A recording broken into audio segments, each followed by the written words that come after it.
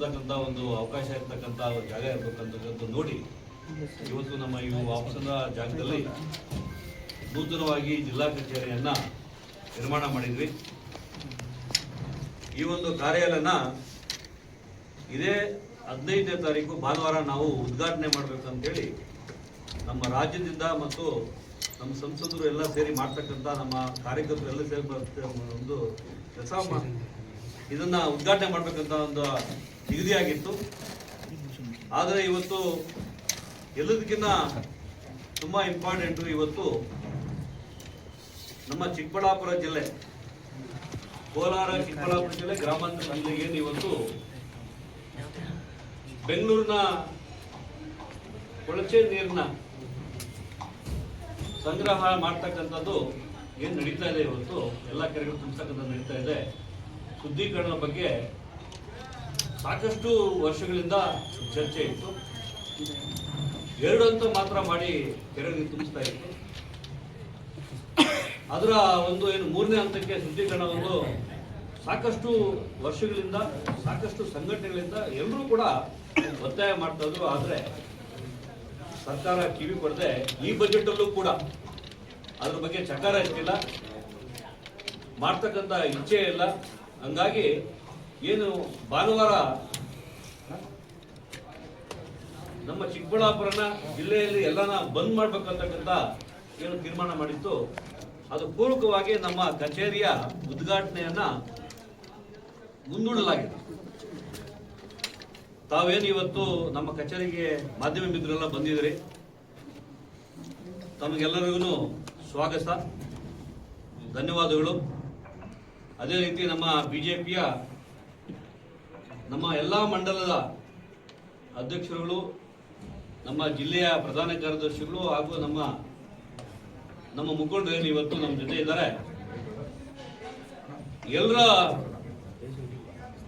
ಕೂಗು ಒಂದೇನೆ. ಇವತ್ತು ನಾವು ಕೂಡ ಭಾನುವಾರ ದಿವಸ ಏನು ಬಂದ್ ಮಾಡಬೇಕು ಅಂತ ತೀರ್ಮಾನ ಮಾಡ್ತಾ ಇದ್ದಾರೆ, ನಮ್ದು ಕೂಡ ಅದಕ್ಕೆ ಸಮ್ಮತ ಇದೆ. ನಾವು ಕೂಡ ಅವ್ರ ಜೊತೆ ವಾಯ್ಸನ್ನ ಬೆಳೆಸ್ತೀವಿ, ಅವ್ರ ಜೊತೆ ಇರ್ತೀವಿ. ಆದರೆ ಮಾಡ್ತಕ್ಕಂಥದ್ದು ಸುಮ್ಮನೆ ಒಂದು ಹೆಸರಿಗೆ ಆಗ್ಬಾರ್ದು. ಇವತ್ತು ಬಂದ್ ಮಾಡ್ತಕ್ಕಂಥದ್ದನ್ನ ಯಾಕೆ ಮಾಡ್ಬೇಕು ಅಂತ ಹೇಳಿದ್ರೆ, ಸರ್ಕಾರ ಮಾಡ್ತಕ್ಕಂಥ ಜಾಗ ಇರಬೇಕು, ಬಸ್ಸಲ್ಲಿ ಬಂದು ನಡ್ಕೊಂಡು ಬರ್ತಕ್ಕಂಥ ಒಂದು ಅವಕಾಶ ಇರ್ತಕ್ಕಂಥ ಜಾಗ ಇರ್ಬೇಕಂತಕ್ಕಂಥ ನೋಡಿ ಇವತ್ತು ನಮ್ಮ ಈ ವಾಪಸದ ಜಾಗದಲ್ಲಿ ನೂತನವಾಗಿ ಜಿಲ್ಲಾ ಕಚೇರಿಯನ್ನ ನಿರ್ಮಾಣ ಮಾಡಿದ್ವಿ. ಈ ಒಂದು ಕಾರ್ಯಾಲಯನ ಇದೇ 15ನೇ ತಾರೀಕು ಭಾನುವಾರ ನಾವು ಉದ್ಘಾಟನೆ ಮಾಡಬೇಕಂತೇಳಿ ನಮ್ಮ ರಾಜ್ಯದಿಂದ ಮತ್ತು ನಮ್ಮ ಸಂಸದರು ಎಲ್ಲ ಸೇರಿ ಮಾಡ್ತಕ್ಕಂಥ ನಮ್ಮ ಕಾರ್ಯಕರ್ತರು ಎಲ್ಲ ಸೇರಿ ಒಂದು ಕೆಲಸ ಇದನ್ನ ಉದ್ಘಾಟನೆ ಮಾಡಬೇಕಂತ ಒಂದು ನಿಗದಿಯಾಗಿತ್ತು. ಆದರೆ ಇವತ್ತು ಎಲ್ಲದಕ್ಕಿಂತ ತುಂಬ ಇಂಪಾರ್ಟೆಂಟು, ಇವತ್ತು ನಮ್ಮ ಚಿಕ್ಕಬಳ್ಳಾಪುರ ಜಿಲ್ಲೆ, ಕೋಲಾರ ಚಿಕ್ಕಬಳ್ಳಾಪುರ ಜಿಲ್ಲೆ, ಗ್ರಾಮಾಂತರ ಜಿಲ್ಲೆಗೆ ಇವತ್ತು ಬೆಂಗಳೂರಿನ ಕೊಳಚೆ ನೀರಿನ ಸಂಗ್ರಹ ಮಾಡ್ತಕ್ಕಂಥದ್ದು ಏನು ನಡೀತಾ ಇದೆ, ಇವತ್ತು ಎಲ್ಲ ಕೆರೆಗಳು ತುಂಬಿಸ್ತಕ್ಕಂಥದ್ದು ನಡೀತಾ ಇದೆ. ಶುದ್ಧೀಕರಣದ ಬಗ್ಗೆ ಸಾಕಷ್ಟು ವರ್ಷಗಳಿಂದ ಚರ್ಚೆ ಇತ್ತು. 2 ಹಂತ ಮಾತ್ರ ಮಾಡಿ ಕೆರೆಗಳಿಗೆ ತುಂಬಿಸ್ತಾ ಇತ್ತು. ಅದರ ಒಂದು ಏನು 3ನೇ ಹಂತಕ್ಕೆ ಶುದ್ಧೀಕರಣ ಒಂದು ಸಾಕಷ್ಟು ವರ್ಷಗಳಿಂದ ಸಾಕಷ್ಟು ಸಂಘಟನೆಗಳಿಂದ ಎಲ್ಲರೂ ಕೂಡ ಒತ್ತಾಯ ಮಾಡ್ತಾ ಇದ್ರು. ಆದರೆ ಸರ್ಕಾರ ಕಿವಿ ಕೊಡದೆ ಈ ಬಜೆಟಲ್ಲೂ ಕೂಡ ಅದ್ರ ಬಗ್ಗೆ ಚಕಾರ ಇರ್ತಿಲ್ಲ, ಮಾಡ್ತಕ್ಕಂಥ ಇಚ್ಛೆ ಇಲ್ಲ. ಹಂಗಾಗಿ ಏನು ಭಾನುವಾರ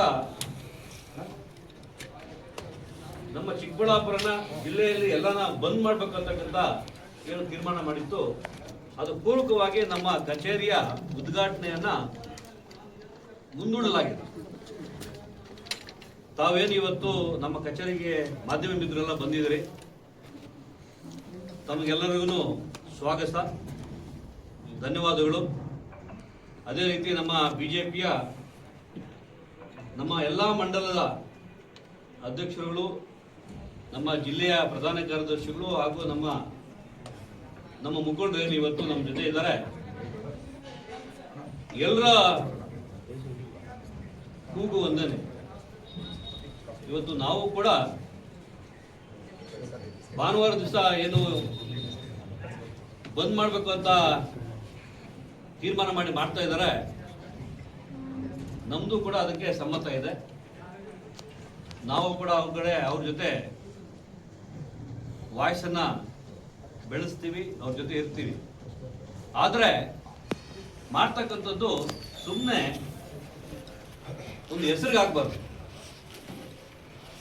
ಇವತ್ತು ಬಂದ್ ಮಾಡ್ತಕ್ಕಂಥದ್ದನ್ನ ಯಾಕೆ ಮಾಡ್ಬೇಕು ಅಂತ ಹೇಳಿದ್ರೆ ಸರ್ಕಾರ, ಆದ್ರೆ ಭಾನುವಾರ ಸರ್ಕಾರದವ್ರು ಯಾರು ಇರೋದಲ್ಲ, ರಜಾ. ಅವ್ರಿಗೇನು ಇದರಿಂದ ಏನು ಅವ್ರಿಗೇನು ಸಮಸ್ಯೆ ಆಗೋದಿಲ್ಲ, ಅವ್ರಿಗೆ ಚುರುಕು ಬಿಟ್ಟೋದಿಲ್ಲ. ಆದ್ರೆ ನಾನು 2-3 ದಿವಸದಿಂದ ಡೆಲ್ಲಿಯಲ್ಲಿದ್ದೆ. ನಮ್ಮ ವರಿಷ್ಠರನ್ನ ಭೇಟಿ ಮಾಡಕ್ ಹೋಗಿದ್ದೆ. ಇದರ ವಿಷಯ ಕೂಡ ಪ್ರಸ್ತಾಪ ಮಾಡಿ ಮುಂಬರುವ ದಿನಗಳಲ್ಲಿ ಬೆಂಗಳೂರು ಗ್ರಾಮಾಂತರ, HN ವ್ಯಾಲಿ, KC ವ್ಯಾಲಿ 2 ಜಿಲ್ಲೆ, ಚಿಕ್ಕಬಳ್ಳಾಪುರ, ಕೋಲಾರ ಕೂಡ ಸೇರಿಸಿ ನಮ್ಮ ಪಕ್ಷದ ವರಿಷ್ಠರು ರಾಜ್ಯದಿಂದ ರಾಷ್ಟ್ರದಿಂದ ಕೂಡ ಅವ್ರನ್ನೂ ಕೂಡ ಜೊತೆಗೆ ಸೇರಿಸ್ಕೊಂಡು ಜೊತೆ ಕರ್ಕೊಬಂದು ಎಲ್ಲ ಸಂಘಟನೆಗಳನ್ನ ಒಟ್ಟಿಗೆ ಕೂತ್ಕೊಂಡು ಈ ಸರ್ಕಾರಕ್ಕೆ ಬಿಸಿ ಮುಟ್ತಕ್ಕಂಥ ಕೆಲಸ ನಾವು ಮಾಡೋದು. ಈಗ ರೂಪುರೇಷೆಗಳನ್ನ ಮಾಡ್ತಾ ಇದ್ದೀವಿ.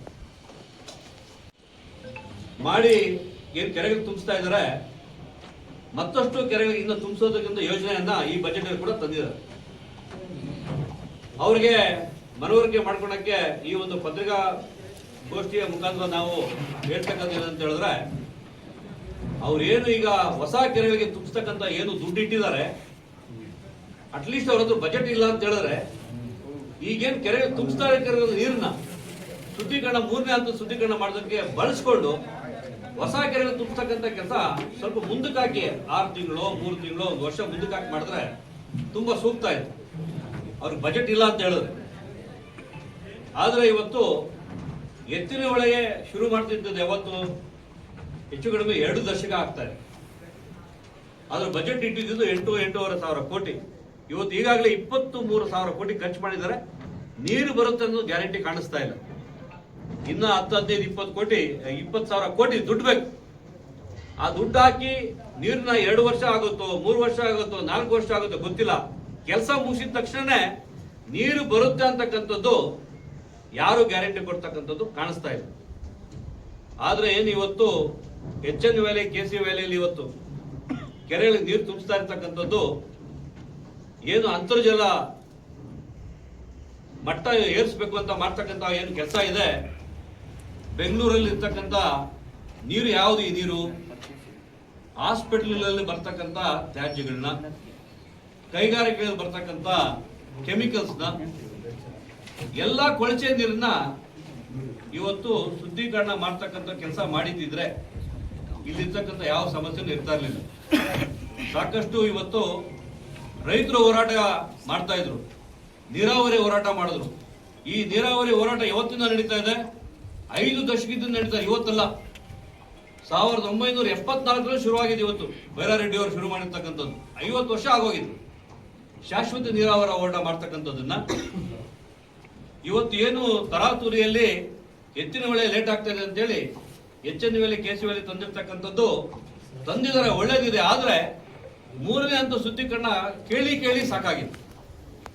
ಈಗ ಯಾಕೆ ಗೊತ್ತಾಗ್ತಲ್ಲ. ಇವತ್ತು ಕಾಂಗ್ರೆಸ್ ಅಲ್ಲಿ ಸಿದ್ದರಾಮಯ್ಯ ಇರ್ಬೋದು, ಉಪಮುಖ್ಯಮಂತ್ರಿಗಳು ಇರ್ಬೋದು, ಅವ್ರ ಮನೆಗೆ ಹೋಗ್ತಕ್ಕಂಥ ತರಕಾರಿ ಕೂಡ ಈ ಚಿಕ್ಕಬಳ್ಳಾಪುರ, ಕೋಲಾರ ಈ ಭಾಗದಲ್ಲಿ ಬೆಳೀತಕ್ಕಂಥದ್ದು.